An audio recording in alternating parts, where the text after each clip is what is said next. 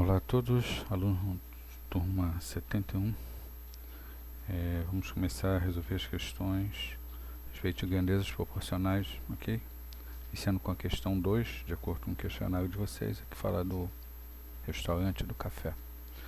Vamos lá, um restaurante, 7 a cada 10 fregueses tomam um cafezinho após a refeição. Se o restaurante atender a 210 clientes num dia, quantos cafés serão servidos? Então, temos 210, que é onde queremos chegar, e partimos da proporção 7 a cada 10. Destacamos aqui na tabela, cada 10 fregueses, 7 cafés são servidos. Então, para evitar entrar em muitas contas de álgebra, enfim, vamos pensar em proporção, ok? Bom, de 7, partimos de 10 fregueses. Se chegamos a 20, nós temos o quê? Vezes 2, ok? Então, proporcionalmente, aqui também a quantidade de cafés servidos segue a mesma proporção, vezes 2, ok? Então, seguimos assim, fazendo essas proporções até chegarmos onde desejamos, certo? Se aqui multiplicou por 2, aqui já multiplica por 5, aqui já multiplica por 20. Então, se nós temos que 200 clientes, 200 fregueses, nós temos, multiplicando por 20 lá em cima, que chega a 140 cafés. Ó, observando diretamente, 210, o que é? 200 mais o 10. Fazendo a mesma equivalência aqui nessa coluna, observamos que o 210 é o 140 mais o 7. Então, essa resposta aqui significa 147. Ok? Cafés. Questão 2 resolvida. Vamos observar agora, ainda dentro do mesmo tópico, a terceira, que é da escola. Ok? Aqui parte o seguinte: se 5 entre cada 7 alunos moram no mesmo bairro da escola, vamos preencher a tabela e responder quantos alunos moram em bairros distantes da escola, sabendo que a escola possui 630 alunos. Então, o que ele quer chegar é em 630. Quantos alunos moram distantes? É isso que nós queremos chegar aqui. Okay? Então, a partir do que ele deu em princípio, 5 entre cada 7 moram no mesmo bairro. Então, de 7 alunos, 5 moram no mesmo bairro. Logo, 2 moram distantes. Okay? Seguindo mais uma vez a questão de proporção, observamos se dobrarmos aqui, dobraremos aqui também.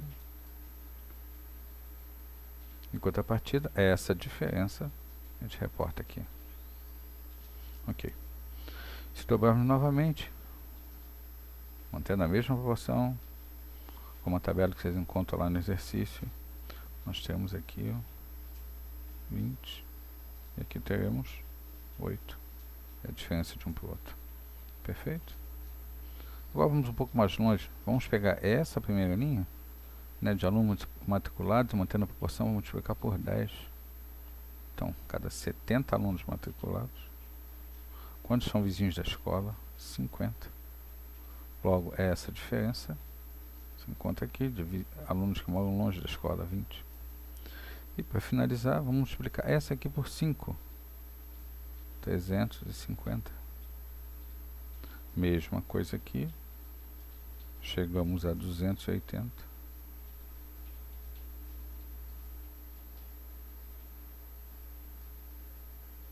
E por último, encontramos aqui 70, que é essa diferença. Por final, 630, encontramos aqui 450.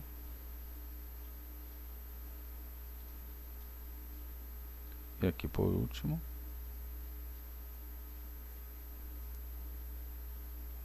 encontramos que 180 alunos, que é a diferença de um para o outro, moram longe da escola. Então, o resultado final, 180 alunos, somente utilizando as grandezas proporcionais, ok? Sem utilizarmos muita álgebra. Agora temos aqui a questão 5, a questão da prova. Ok? Vamos lá. A pergunta é, se a prova tinha 16 questões e o valor máximo era 9, que nota eu tirei se acertei 12 questões? No cotidiano escolar dificulta um pouquinho, que normalmente nossas avaliações, na maioria das vezes, vão até 10, né? Aqui dificulta um pouquinho, que está só até 9. Então, primeiramente, temos que responder a seguinte pergunta que vocês vão observar lá na questão. Qual o valor unitário da questão? Bom, para chegarmos a esse valor unitário da questão, o que nós temos que fazer? Está aqui o valor unitário. Nós temos que pegar a quantidade total do valor máximo da prova e dividir pela quantidade de questões. E encontraremos 0,56. Esse valor unitário de cada questão. Como se o aluno tivesse acertado apenas uma questão. Ok? O segundo item pergunta, para o aluno que acertou 2 questões, como chegamos nesse número aqui? Pegamos essa fração aqui, 9 sobre 16, multiplicamos por 2. E vamos encontrar 1,125. Resolvemos essa segunda aqui. E por último, a pergunta é realmente qual a minha nota? A nota do aluno que acertou 12 das 16 questões. Então aqui.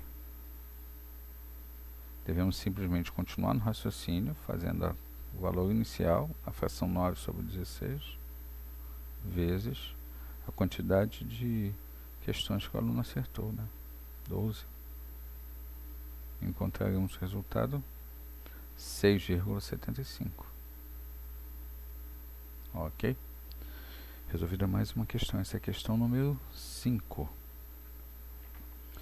Vamos agora ver a questão número 6, que é a questão que fala a respeito do mapa.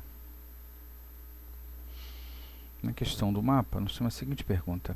Qual a distância nesse mapa entre as cidades de Sevilha, na Espanha, e Tanger, no Marrocos? Se a distância real delas é aproximadamente 200 km. Tá? É bem aproximado mesmo.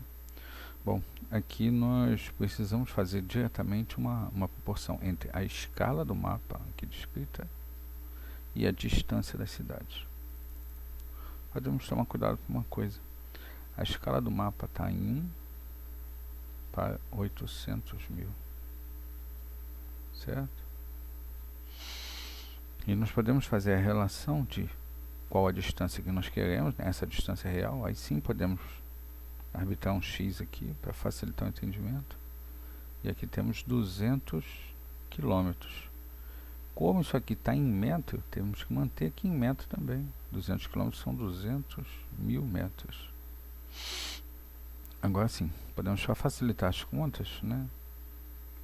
Cortar esse monte de zero desse lado, um monte de zero desse lado, pois são proporcionais.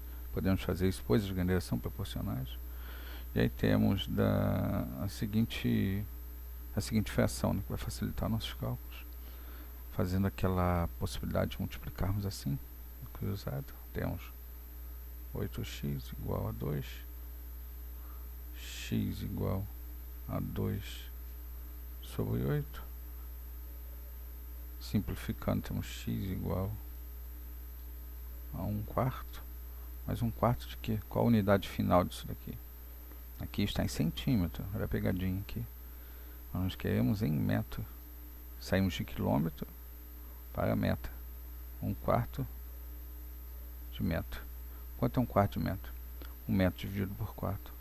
Então a resposta final desse x aqui, que significa a distância, são 25 centímetros, que é 1/4 do metro. Ok? A questão está em centímetro final, mas devemos fazer a conta em metro. Ok? Então vamos finalmente para a última questão, questão 7. É a questão que fala do trajeto.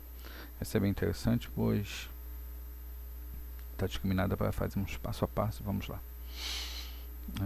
Aqui nós devemos atentar para o seguinte. Estamos fazendo uma questão do caminhão, né, que faz um trajeto entre uma escola e outra, entre uma cidade e outra, perdão. E é dado o tempo e é dado que a distância, mas observamos que elas não são proporcionais. A questão está assim na íntegra.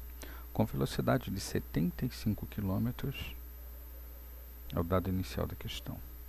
75 km por hora, essa é a velocidade, 75 km por hora. É a velocidade do ônibus, né? Desculpa, falei caminhão, é ônibus. O percurso leva 40 minutos. Ok? Aí existe um congestionamento, essa é a primeira perna da viagem. E no retorno, ele já faz o mesmo percurso em 50 minutos, devido ao engarrafamento. Ok? O que ele quer saber é a velocidade final, a velocidade na perna de volta. Essa aqui seria um AVI. Ok? Então vamos lá. A primeira parte importante é a gente conseguir fazer a proporção para descobrirmos o quanto o caminhão se deslocou. E esse primeiro passo aqui. Atente que quando a gente faz a descrição aqui que 40 minutos é 2/3 da hora, é como se tivéssemos isso aqui, né?